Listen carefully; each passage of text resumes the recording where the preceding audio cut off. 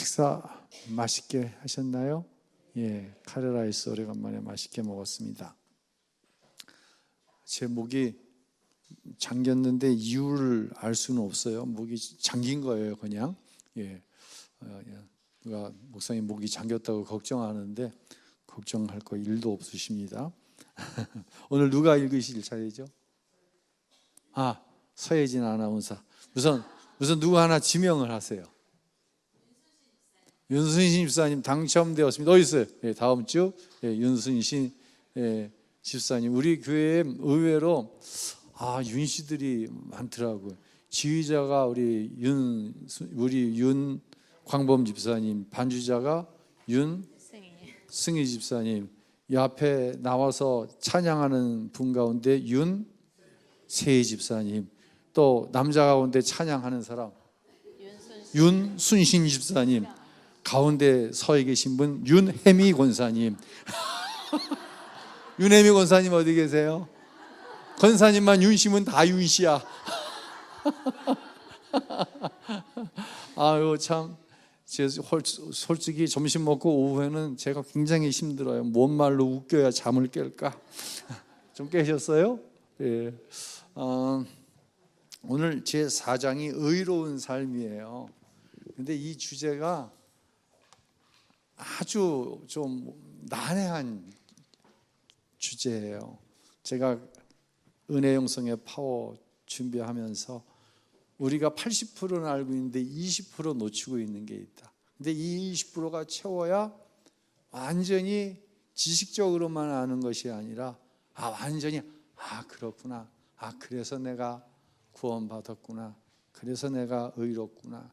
그래서 내가 하나님의 자녀 되는구나. 그래서 내가 여전히 죄 가운데 살지만 그래서 내가 천국에 갈 수 있구나. 오늘 밤 당신이 죽으면 천국에 갈 자신이 있습니까? 할 때 예, 있습니다. 그러면 하나님께서 왜 당신을 천국에 들여보내줘야 됩니까? 물으면 뭐라고 얘기하시겠습니까? 예, 십자가의 은혜 때문입니다. 여기까지 다 이게 그냥 아무 꺼리낌 없이 흘러가야 우리가 이 땅에서 무슨 삶을 사냐면 자유함을 얻는 삶을 사는 거예요. 그래서 의로운 삶 다음 과가 뭐냐? 자유의 삶이거든요. 여기서 막혀요. 오늘 요 얘기를 조금 하고 읽는 거는 좀 덜 하더라도요. 성령이 내 안에 오셨어요. 그러면 내가 죄인이라는 사실을 깨닫게 되는 거예요. 근데 이 죄인이라는 사실은 어저께 지은 죄, 오늘 아침에 지은 죄, 그 죄가 깨달아지는 것이 아니라 하나님을 믿지 않는 게 죄였구나. 하나님께서 나를 사랑하셔서 독생자 예수를 보내주셔서 나 같은 것을 위해 십자가에 죽으셨는데 하나님이 그렇게 나를 사랑하시는데 그 사랑을 알지 못하는 게 죄구나. 그래서 요한복음 3장 16절에 보니까 하나님이 세상을 이처럼 사랑하사 독생자를 주셨으니 누구든지 그를 믿는 자마다 멸망하지 않고 영생을 얻는다. 예수 믿으면 영생 얻은 것이다. 믿지 않으면 그것은 이미 멸망받은 것이다. 이렇게 말씀을 하셨거든요. 이 말은 뭔 의미입니까? 성령이 내 안에 오셔서 하나님의 그 사랑을 알지 못했던 게 죄라는 사실이 깨달아졌어요. 이걸 회개라고 하는 거예요. 회개하는 순간 내가 하나님의 자녀 되어지는 거예요. 구원받는 거예요. 하나님의 자녀 되어지는 그 순간 하나님이 나를 의롭다고 칭해 주시는 거예요. 의로워서 의로운 것이 아니라 하나님이 나를 의롭다고 칭해 주시는 거예요. 그러면 여전히 죄인인데 의롭다고 하시는가? 그거 아니에요. 내 죄를 이미 예수님께서 십자가에서 다 담당하셨어요. 과거에, 현재, 미래 지을 모든 죄까지 다 담당하신 거예요. 이 사실이 믿어지는 거예요. 나를 의롭다 하신 거예요. 그래서 나는 여전히 죄 가운데 있지만 의로운 거예요. 근데 이게 잘 이해가 안 돼. 아니, 의인 되었으면 의롭게만 살아야지. 하나님이 나를 의롭다 하시는데 어떻게 죄 가운데 살아? 어떻게 죄를 지어? 이게 이해가 안 되는 거예요. 여기서 다 헷갈리는 거예요. 내 공로가 아니에요. 내 의의가 아니에요. 예수님의 십자가의 의예요. 예. 우리가 이런 기도하잖아요. 나는 저 인간보다 나.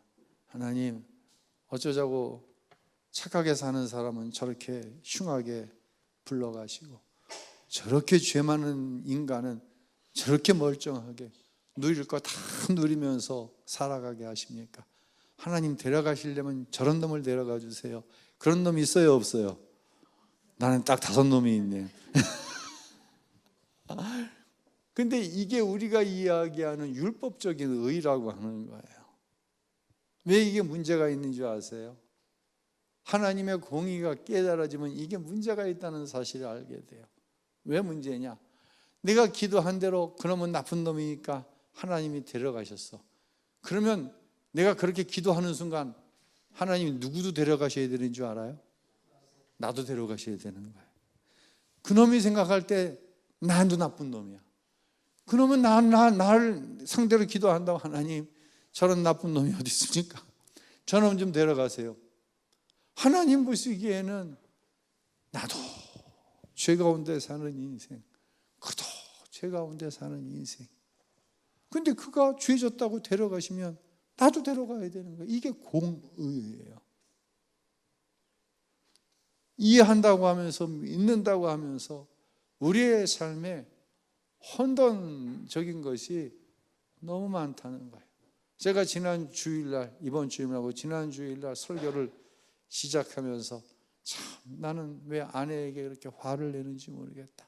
그랬더니 내 아내가 타고난 기질은 어떻게 못한다 그러니 내가 죄 지은 거 아니고 다 우리 아버지한테 물려받은 거니까 괜찮은 거지 이렇게 생각도 되다가 그럼 나는 하나님 앞에 설 때까지 이 문제 해결하지 못하고 설 수밖에 없는 그런 사람인가. 참 내 자신이 한심스럽고 어떻게 이런 사람이 앞서서 이야기할 수 있나. 여기서 딱 끝나버리면은요, 이거는 하나님께서 나를 의롭다고 칭하여 주신 것에 대해서 80%밖에 모르는 것이라는 거예요. 나는 탄식하고 오라 나는 곤고한 사람이다. 바울처럼 이야기하지만 하나님은 내 죄를 몇 프로? 100% 용서하신 거예요. 100% 사하여 주신 거예요. 이게 굉장히 무참한 또 무책임한 얘기로 들리는 사람이 있어요. 여전히 죄지 무슨 100%야. 하나님은 예수님께서 우리의 죄를 어떻게 하셨어요? 속량하셨다고 얘기하는 거예요. 속량은 뭐예요? 죄의 값을 주고 사는 거예요. 내 죄가 무엇으로도 구원함을 받을 수 없어. 그러니까 하나님께서 예수로 그 죄의 값을 치르시고 나를 사신 거라니까. 그래서 나를 하나님의 자녀 삼으신 거라니까. 그리고 나를 의롭다고 칭하신 거라니까. 그래서 이 모든 게 은혜인 거예요. 은혜인 거예요. 속량하셨기 때문에 은혜인 거예요.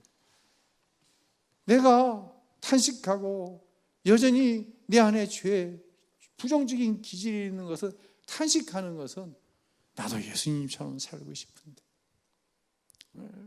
나도 하나님께서 주신 그 자유한 삶을 마음껏 누리며 살고 싶은데 내 안에 죄의 성질이 남아 있어서 이것 때문에 내가 탄식을 하는 것이지, 내가 그 죄 때문에 구원받지 못하고 내가 그 죄 때문에 하나님 앞에 막 그냥 뭘 하고, 이것은 절대로 아니란 얘기예요.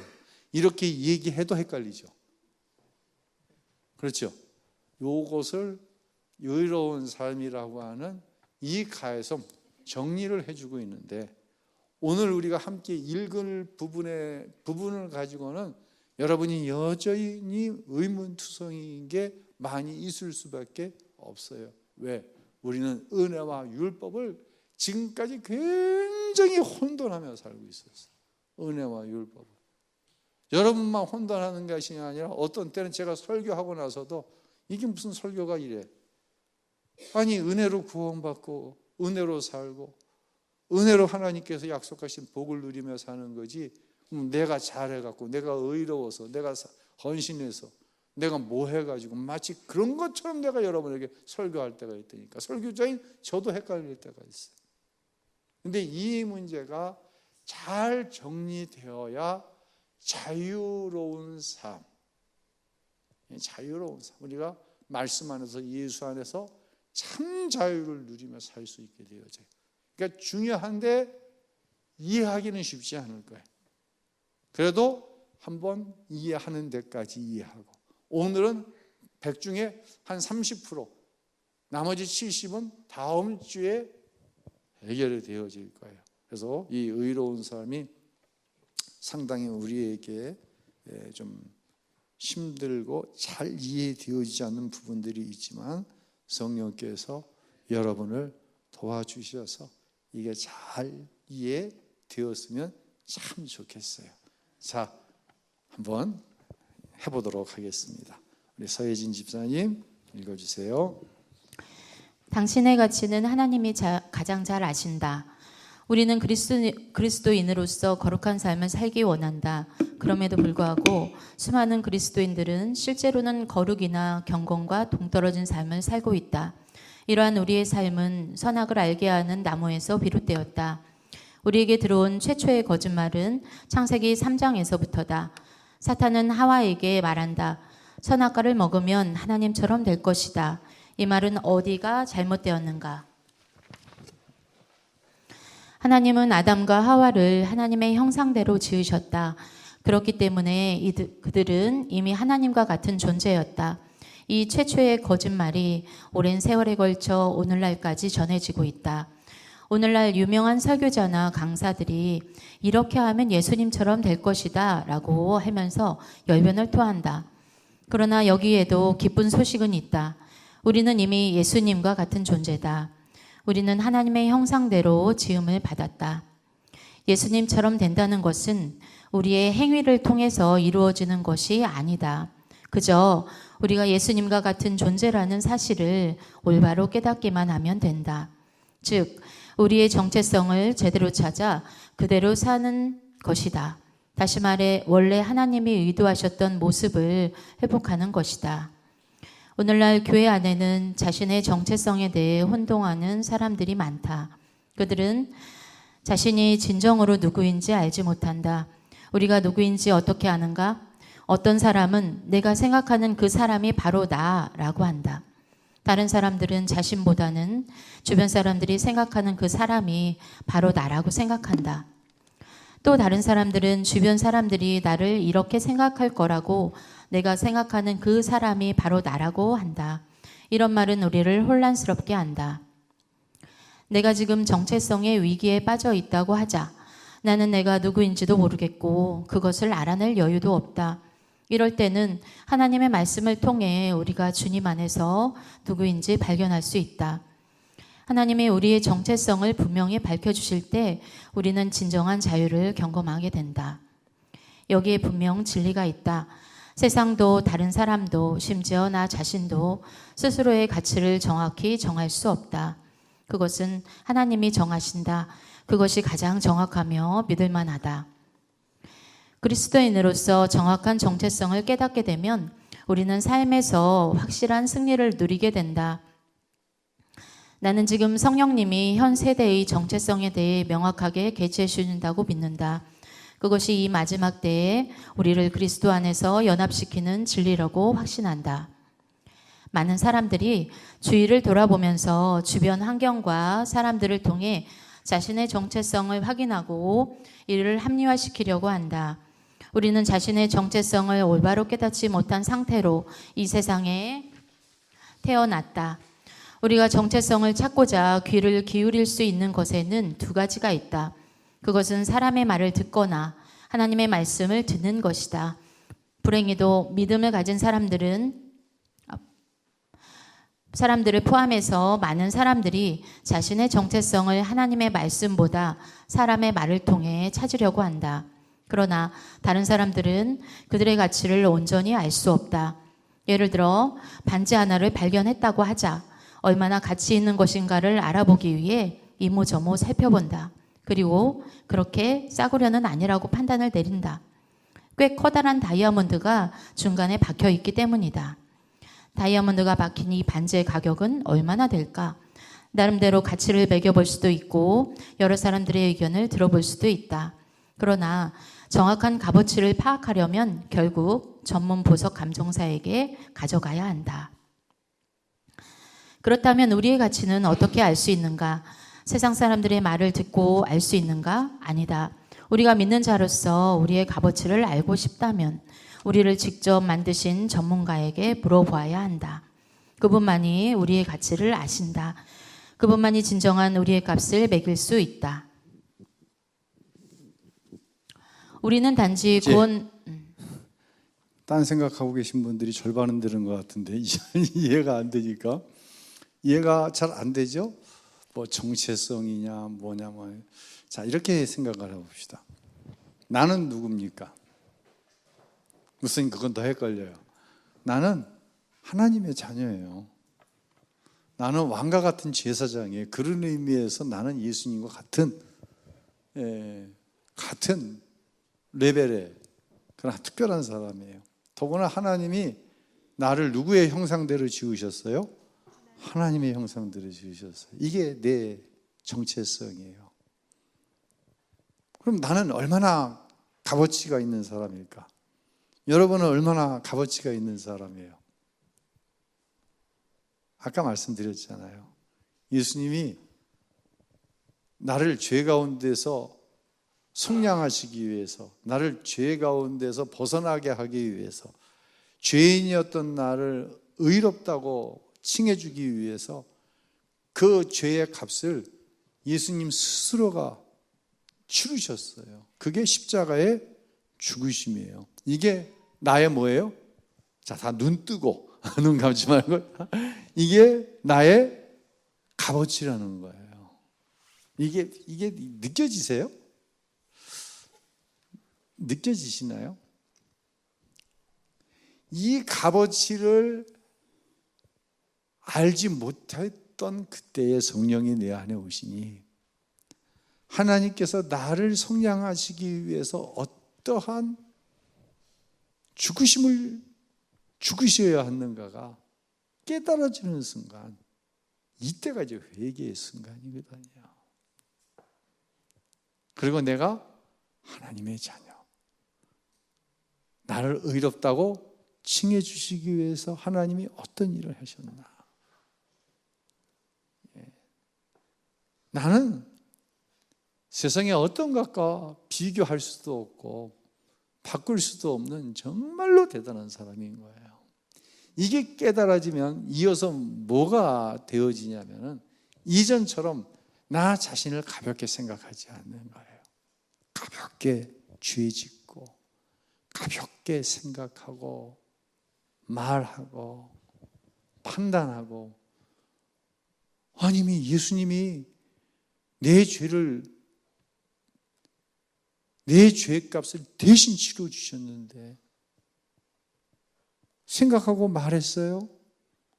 난 이렇게 생각하고 이렇게 말하면 안 되는 사람이잖아. 누가 뭐라는 게 아니라 스스로의 값어치를 발견하면 그 값어치만큼 살고 싶은 거거든요. 내 신분이 하나님의 자녀라고 하는, 나는 이미 천국 백성이라고 하는 내 신분이 내 안에서 스스로가 증거되어지기 시작하면 사람은 그 신분만큼 살고 싶어지는 거예요. 그런데 그 신분만큼 항상 살고 싶은데 그게 안 되는 거예요. 그러니까 우리의 기도가 바뀌는 거예요. 뭘 주세요가 아니라 내 이 신분만큼 살게 도와주세요. 내 이 신분처럼 살 수 있도록 나를 도와주세요. 이게 바뀌는 거예요. 기도 제목이 자연스럽게. 근데 어느 때 그 신분처럼 사냐? 성령 충만할 때 그렇게 살게 되거든요. 성령 충만할 때. 예. 성령 충만할 때. 그러니까 기도의 가장 커다란 소원이 성령 충만이 되어지는 것이죠. 자, 그냥 또 계속 읽습니다. 계속 읽어주세요. 우리는 단지 구원받은 죄인이 아니다.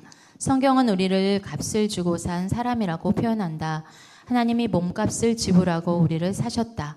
그 몸값이란 과연 무엇인가? 그것은 바로 예수님 자신이다. 그래서 우리는 예수님만큼의 값어치를 가진 사람들이다. 그런데 불행히도 이 사실을 믿지 못하는, 아니 믿으려고 하지 않는 사람들이 있다. 내 존재가 그렇게 가치 있다는 느낌이 들지 않아요. 전혀 믿을 수가 없어요. 내가 어떻게 사는지, 때때로 어떤 생각을 하는지를 돌이켜보면 나는 도저히 그럴 만한 가치가 있는 사람이 아니에요. 그렇다면 우리 모두에게 도움이 되는 진리 하나를 소개하겠다. 이것은 우리의 감정이나 지성이 하나님의 말씀과 일치하지 않을 때의 시금석이 될 것이다. 진리는 우리에게 있는 것이 아니라 하나님이 하신 말씀에 있는 것이다. 이 말을 명심하기 바란다. 성경은 하나님이 예수님의 보혈로 우리를 사셨다고 말한다. 우리가 하나님의 보물이라는 것이다. 이처럼 성경은 주님이 생각하시는 우리의 가치에 대해 거듭 언급하고 있다. 주와 합치는 자는 한 영이니라. 고린도전서 6장 17절. 하나님은 우리와 하나가 되셨다. 그분의 생명이 우리 안에 거하고 우리도 그분 안에 하나가 된다. 베드로는 우리가 하나님 안에서 하나라는 사실을 신성한 소품에 참여하는 자, 베드로후서 1장 4절라고 표현한다. 신약 성경에서 그리스도 안에 있는 사람을 묘사하기 위해 가장 많이 사용하는 단어가 무엇이든지 아는가, 바로 성도라는 말이다. 우리는 흔히 은혜로 구원받은 죄인이라는 말을 자주 쓴다. 그러나 은혜로 구원받은 죄인이라는 인식만을 가지고 살아간다면 아주 낮은 단계의 삶을 사는 것이다. 왜냐하면 아무도 자신이 생각하는 그 이상의 삶을 살 수 없기 때문이다. 하나님은 신약 성경에서 63번이나 우리가 성도라는 사실을 언급하고 있다. 유명한 설교가인 해리 아이언사이드가 어느 날 가게에서 어떤 사람과 수백 년 전에 살았던 성도에 대해 대화를 나누었다. 그 사람은 그럼 성도를 한 번 만나보고 싶다고 했다. 아니, 그러면 한 번도 성자를 만나본 적이 전혀 없단 말인가요? 네, 만난 적이 없어요. 한 번 만나는 게 소원인걸요. 정말 만나고 싶으세요? 그럼요, 만나고 싶어요. 아이언사이드는 그의 손을 잡고 흔들면서 이렇게 말했다. 만나서 반가워요. 나는 성도 해리입니다. 무슨 말인지 이게 이해가 되나요? 내가 왜 성도예요? 내가 왜 성도예요? 이것에 대한 대답을 하는 거예요. 다른 여기선 조금 교회를 터부시하는 얘기죠. 난 한 번도 성도를 만나본 적이 없다. 거룩한 무리라는 얘기인데 무슨 교회에 그렇게 거룩한 무리가 있냐, 거룩한 사람이 있냐? 이것은 하나님께서 성경을 통해 주시는 말씀을 전혀 이해하지 못하기 때문에 그렇다고 하는 것이죠. 자, 이제 고린도 교회를 예를 들어서 이야기하는데요. 계속 읽어주세요. 그의 말이 맞다. 바울은 자기 편지의 수신자를 그리스도 예수 안에서 거룩하여지고 성도라 부르심을 받은 자라고 묘사한다. 고린도 교회를 생각해보라. 이 사람들이 성자의 삶을 살았는가? 그렇지 않을 때가 더 많았다. 그 교회에서 발생한 문제들을 생각해보라. 누가 제일 설교를 잘하는지에 대해서 분열이 일어났고 부도덕하고 말다툼과 논쟁이 끊어지지 않았으며 술 취함까지 있었다. 그러나 바울은 편지에 그 사람들을 성도라고 칭하고 있다. 그들의 정체성을 명확하게 밝혀주고 그런 다음에 성도답게 살아가라고 말했다. 그런데 우리는 반대로 산다. 의롭게 되기 위해서 어떤 특정한 방식으로 살려고 노력한다. 하지만 성경은 우리가 의로운 신분으로 변화되었기 때문에 의로운 정체성을 가지고 살라고 분명히 말한다.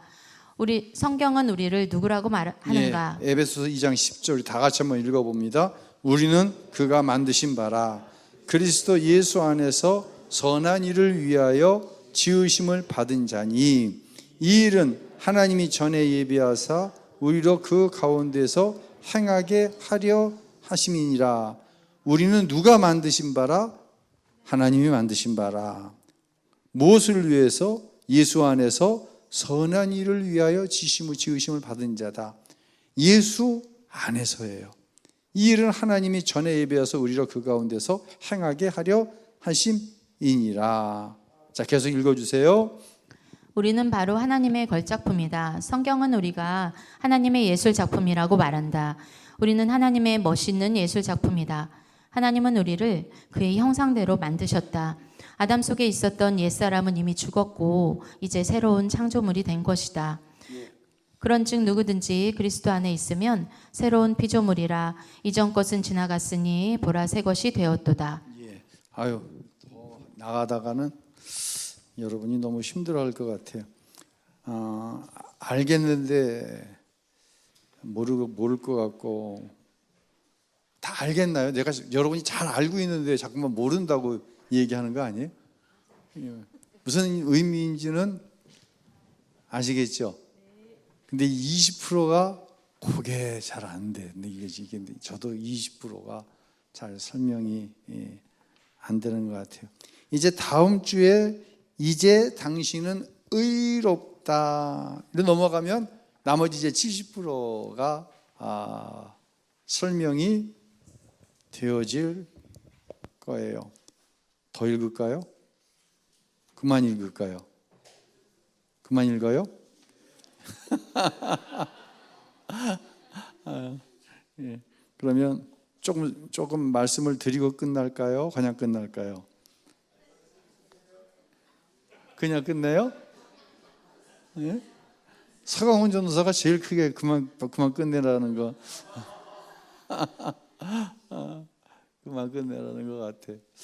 오전에 1, 2부 예배 때 좀 유아 세례도 있고 그래서 빨리 지나간 부분이 있어요. 그거 있잖아요. 믿음의 계보인 아브라함, 이삭, 야곱, 이들의 가정 역시 아담과 하와가 타락한 이후의 모습과 다르지 않았다라고 얘기했어요. 그러면 왜 믿음의 계보예요? 그럼 믿음의 계보가 아니에요, 지금은. 근데 하나님은 그 가정을 그렇게 끝내지 않으셨어요. 결국은 아브라함이 어디에까지 이르러요? 하나님께서 백세에 얻은 이삭을 바치라고 할 때 더 이상 아무런 생각하지 않는 거예요. 하나님이 말씀하셨으니까. 모리아 산에 가서 번제물로 어떻게 해요? 바치는 거예요. 이것을 가리켜서 시편 128편인가요? 여호와를 의뢰하는 자의 축복에 대해서 나오잖아요. 예. 내 상에 둘린 자식은 어린 감람나무 같고 내 실에 있는 내 아내는 결실한 포도나무 같으며 사랑하는 자에게 잠을 주신다. 하나님은 저와 여러분을요, 나를 의롭다고 하셔? 나한테 이해가 안 돼. 난 안 의로운데.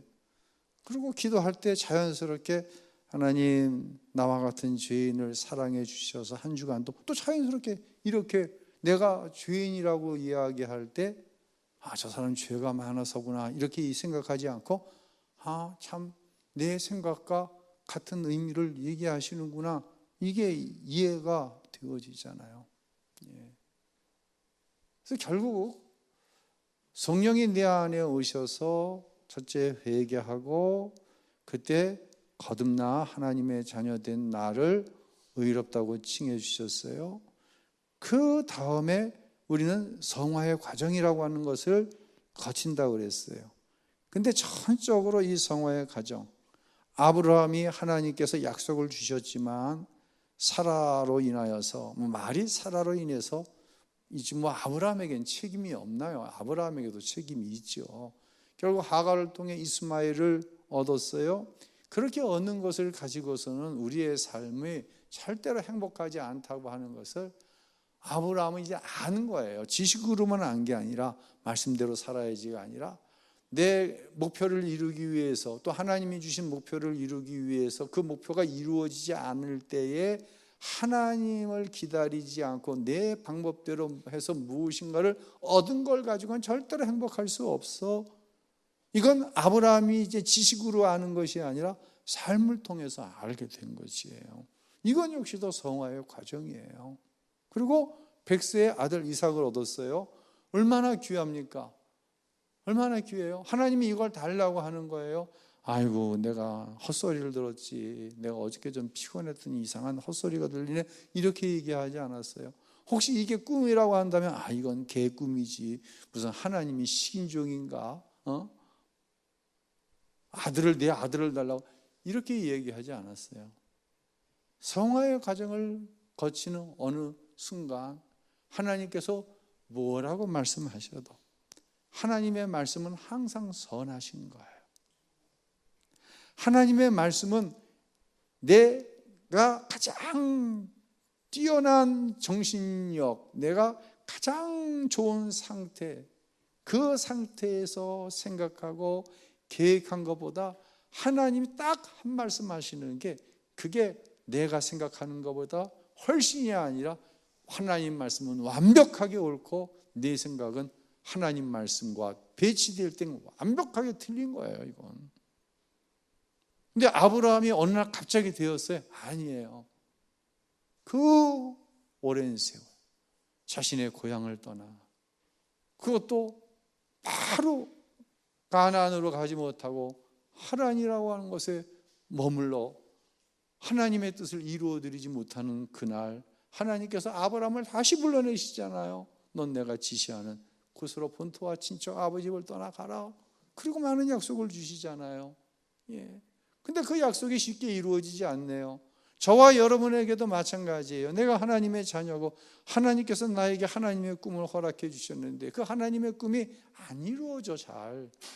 이것을 여러분이 지금 경험하고 계시죠? 그거 잘못된 것 아니에요. 하나님이 실수하는 거 아니에요. 하나님이 능력이 없으셔서 아니면 나에게 어떠한 결정적인 문제가 있어서 꼭 그렇게 생각하지 마세요. 내게 나는 항상 문제가 있어 나는. 근데 내가 어떤 결정적인 하자가 있어서 하나님이 그걸 고치지 않으면 안 되시겠기에 그럴 수도 있어요. 내 스스로가 생각할 때. 근데 하나님 편에서 생각하실 적에는요. 그것은 모든 것이 나를 유익하게 할 과정인 거예요. 그 과정을 거쳐서 모리아산이라고 하는 것이 있다고 하는 거예요. 저와 여러분에게도 그게 있어요. 이것은 철저하게 하나님께서 이루어 가시는 거예요. 어떤 때는 근데 하루가 하나님이 이루어 가시는 일에 저와 여러분이 순종하는 것도 있어요. 그렇죠? 근데 뭐 하는 것도 있어? 불순종하는 것도 있어요. 내가 순종하는 한계가 있어요. 가만히 보면 한계가 있어. 어떤 사람은 자식 부분에 있어서 굉장히 약해. 그래서 다른 거는 다 한 90% 가는데 자식의 문제에 있어서는 내가 해야 돼. 안 될 때만 하나님께 부탁해. 또 어떤 사람은 물질에 있어서 약해. 다른 거는 다 말씀대로 순종함으로 하는데 물질에 있어서는 내가 배분을 해나가는 거. 하나님께 드릴 거, 내가 써야 될 거. 아니면 뭐 이건 이만큼은 내 자식에게 줘야 될 거. 이건 누군가를 위해서 써야 될 거. 뭐 이렇게 물질에 의해서는 순종하지 못해. 누군가는 또 이 건강의 부분에서 그래. 누군가는 자기가 하는 일에 대해서는 그래. 이 문제를 나는 못해요. 여러분도 못해요. 근데 하나님께서 이 문제를 하나씩 정리해 가시는 거예요. 그러니까요, 파도는요, 타는 거예요. 파도는 어떻게 하는 거다? 타는 거예요. 파도는 거슬러 갈 수 있는 것도 아니고, 파도는 파도 속으로 들어가고 어떻게 갈 수 있는 게 아니에요. 파도 타기 선수들은 파도가 움직이는 대로 자기의 몸을 내어 맡기는 거예요. 그러면 파도를 타는 거예요. 우리는 뭐에 내 삶을 맡기는 거예요. 하나님의 말씀에 내 삶을 맡기는 거예요. 그런데 다시 말씀드리지만 내가 하나님의 말씀에 내 삶을 맡길 때 100%안 돼요. 누가 100% 해요? 누가 100% 합니까? 어떤 날은요, 제가 기도할 때보다 아차 싶을 때가 있어요. 어떤 때 기도할 때 보면은 막 그냥 제가 막 그냥 이 방언만 했지. 그러고 나서 무슨 생각을 하냐면 내가 생각하고 기도했나? 아니면 입에서 나오는 대로 했나? 입에서 나오는 것을 가르쳐서 성령께서 역사하셨다? 이거 위험할 때 많이 있어요. 정말 위험할 때 많이 있어요. 정말 사랑하는 사람들, 정말 어떠한 문제에 있어서 내가 집중하고 있을 때는요, 그 문제를 집중함으로 하나님 앞에 한 가지를 정말 생각하고 아뢰는 거예요. 무슨 의미인지 아세요, 이게? 생각하고 기도한다는 게? 생각 없이 막 했는데 이거를 성령께서 하셨다? 너 그거 아닐 수 있어요. 정말 깊이 생각하고 하는 거예요. 하나님, 내 삶에 어떤 것에 이런 문제가 있네요. 근데 하나님, 내가 이걸 이렇게 했어요. 근데 하나님, 이게 내가 한 대로 잘 안 되네요. 하나님께서 이 문제를 놓고 저를 생각하고 계시고 저를 이끌어 가고 계시는데 하나님의 생각이 뭔지 저는 잘 모르겠어요. 그래서 낙심이 되고 절망이 돼요. 하나님, 나 어떻게 해야 돼요? 알려주세요. 제가 성경을 읽을 때 알려주세요. 제가 설교 준비를 할 때 나의 이야기로 알게 해주세요. 그런데도 모르겠어. 하나님, 내가 성경을 읽고 오늘 설교 준비했는데 여전히 그게 잘 모르겠어요. 어떻게 해야 될까요? 무슨 의미일까요? 이게 생각하고 하는 기도라는 거예요. 제가 강단에 서서 여러분을 축복하며 기도하는데 여러분의 삶이 제 안에 들어왔어요. 그러면 그것 여러분의 삶에 대해서 여러분이 얼마나 간절한지 제가 같은 마음을 품으면 생각하고 기도할 수밖에 없잖아요. 어떤 기도가 잘하는 기도일까요? 생각하고 하는 기도죠. 생각하고 설교 준비를 하는 것이죠. 그냥 성령께서 주셨다고 막 이게 아니에요. 정말 깊이 생각해서 여러분의 민이 100% 공감할 수 있는 설교를 할 때 여러분이 나에게 주시는 말씀으로 그것을 받을 거 아니에요. 제가 어떤 대안을 이야기했을 때 성경을 들어 얘기했을 때 여러분이 오늘 은혜 받았어. 이렇게 말씀해 주실 거 아니에요. 그러니까 여러분 오늘 좀 복잡한 이야기를 많이 했는데요. 하나님께 맡기세요. 하나님이 우리를 의로운 삶으로 인도해 가시는 거예요. 제가 경험하고 여러분이 경험하는 것, 내가 뭘 어떻게 해서 그건 절대로 아니더라고요. 가장 순수하고 가장 성경적인 믿음은 하나님의 하시는 일에 온전히 되어 맡기는 거예요. 누구처럼? 아브라함의 모리아산 사건처럼. 전반에는 어떻게 했어요? 이거 아들 주신다 그러는데 안 주시네. 이거 아내가 그냥 나를 못 살게 원해. 하가를 통해서 자식 낳으라고. 뭐 어쩔 수 없지 뭐. 하나님이 안 주시니까. 이런 상태였어요. 근데 아브라함이 아들 이삭이 바치려니까 맡기는 거예요. 그냥 하나님께. 하나님께 맡기는 거예요. 그냥. 하나님이 하시는 일을 보는 거예요. 이제 또 한 주간 여러분이 세상에서의 삶을 살아야 합니다. 복잡할 거예요. 여러분 생각이 정말 많으실 거예요. 여러분에게 조금의 도움이라도 될 수 있다고 한다면 한번 하나님께 진짜 맡겨보세요. 진짜 하나님 앞에만 맡겨봅시다. 저도 그럴게요. 저도 하나님께 진짜 맡기도록 하나님 앞에 기도할게요. 저 자신을, 그리고 여러분을 위해서도 그렇게 할게요. 예.